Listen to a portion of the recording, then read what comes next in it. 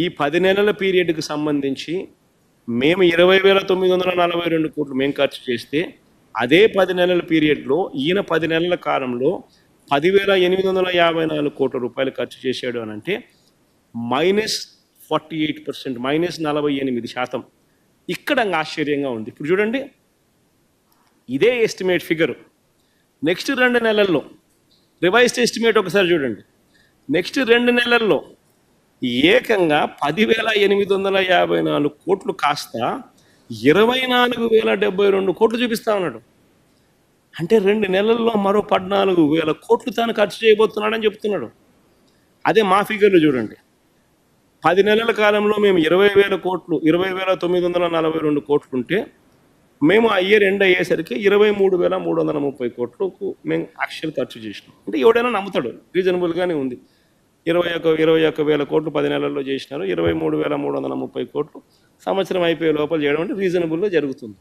కానీ ఏకంగా 10,854 కోట్లు ఏందండి, 24,072 కోట్లు అంటే మాకన్నా 3.18% ఎక్కువగా తాను ఖర్చు చేసినాను అని చెప్పి చూపించడానికి ఏకంగా రివైజ్డ్ ఎస్టిమేట్లో 15,000 కోట్ల రూపాయలు తాను ఖర్చు చేయబోతున్నాడని చూపించాడు. ఇంకా ఆశ్చర్యం ఏంటంటే సార్, 2025-26కి వచ్చేసరికి క్యాపిటల్ ఎక్స్పెండిచరు ఆ 24,000 కాస్త 40,000 కోట్లు ఖర్చు చేస్తామని చూపిస్తున్నారు. అయ్యో చంద్రబాబు, ఏమి స్వామి ఈ లెక్కలు స్వామి, ఏమి స్వామి. ఇంత దారుణంగా చంద్రబాబు నాయుడు అనే వ్యక్తి మోసం చేస్తూ ఉంటే, అబద్ధాలు చెప్తూ ఉంటే నేను ఏం చెప్పాలి ఈ మనిషిని?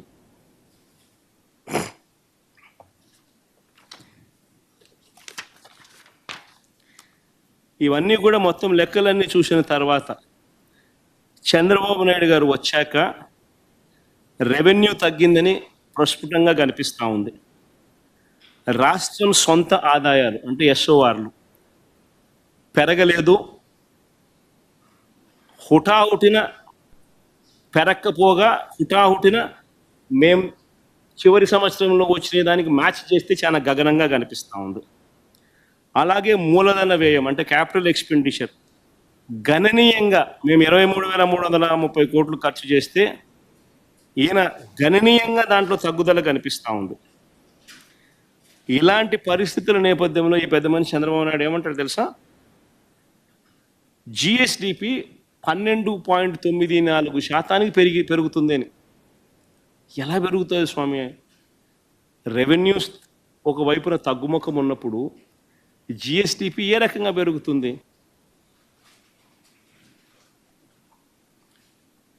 ఎలా సాధ్యమవుతుంది? మూలధన వ్యయం ఎస్కలేట్ చేసి 2023-24 కన్నా 3.18% అధికంగా పెంచి చూపిస్తూ ఉన్నారు. స్టేట్స్ ఓన్ రెవెన్యూస్ ఎస్కలేట్ చేసి 2023-24 కన్నా 9.5% ఎక్కువగా పెంచి చూపిస్తూ ఉన్నారు. వీటి అన్నింటినీ పెంచి ఏకంగా జీడిపిని కూడా జిఎస్డిపిని కూడా ఏకంగా పెంచి 12.94% నమోదవుతుంది అని చెప్పి అది కూడా తప్పుడు లెక్కలు చూపిస్తూ ఉన్నారు. ఈ నేపథ్యంలో 2025-26 అంటే ఇప్పుడు ప్రవేశపెట్టిన ఈ బడ్జెట్ 3,22,359 కోట్ల బడ్జెట్ కూడా ఎలా సాధ్యము? ఇది అంకెల గారడి కాదా?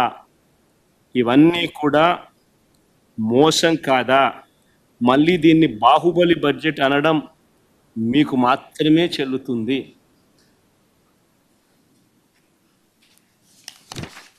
ఇంసేపట్టిందబ్బా.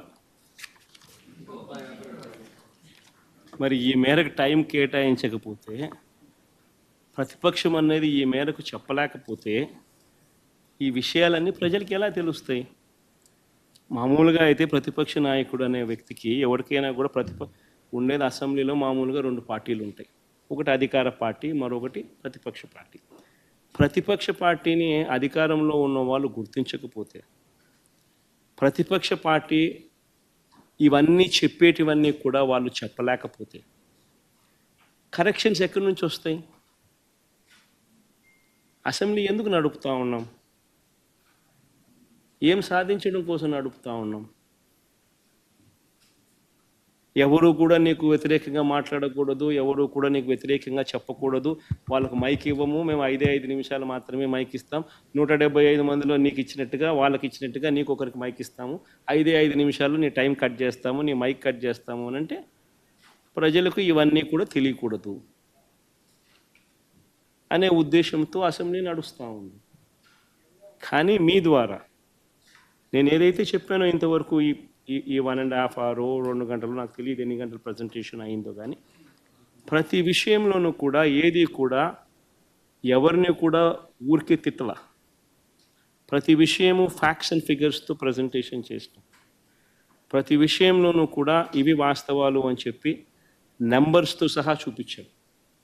వీటికి సంబంధించి ఏదైనా సమాధానాలు చెప్పగలిగితే సమాధానాలు వాళ్ళు చెప్పాలి.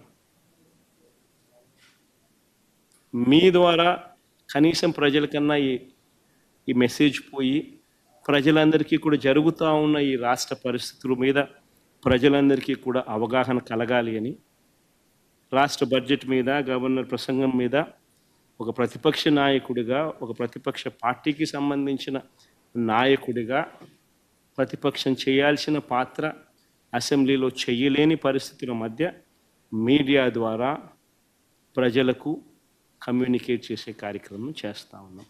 సార్, స్పీకర్ ఇప్పుడు ఈ అసెంబ్లీలో